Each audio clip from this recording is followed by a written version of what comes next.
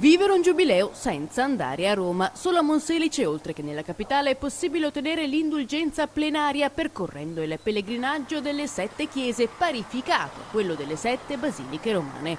Un privilegio eterno sancito da una bolla papale 400 anni fa. Nel 2025, anno santo, saranno migliaia i pellegrini in visita. Il 5 gennaio, la prima processione dell'anno. È un turismo che è diverso dal normale turismo, perché i pellegrini rappresentano un turismo lento, un turismo attento alle piccole cose e sicuramente sapremo accoglierli nel modo migliore. È il 1605 quando il nobile veneziano Duodo si reca a Roma per chiedere a Paolo V di concedere l'indulgenza plenaria ai pellegrini in visita alla chiesa di San Giorgio. Si impegna a far costruire 6 cappelle votive. Al percorso si accede tramite un portone monumentale detto Porta Romana. Ancora oggi si legge la scritta Romani Basilicis Pares, che conferma l'uguale dignità rispetto al percorso romano, mentre in una lastra di marmo collocata all'ingresso della chiesa di San Giorgio è scolpito l'intero testo della bolla conservata negli archivi vaticani a Roma.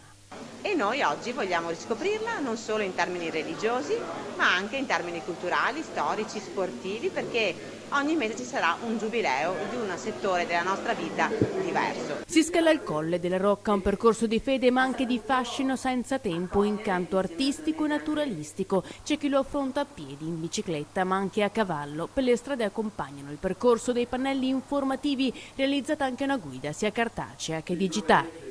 Abbiamo un santuario che ha già la sua unicità nel fatto che è un santuario all'aperto, che prevede un percorso, anche una passeggiata molto gradevole in mezzo alla natura, un paesaggio bellissimo, possibilmente a piedi.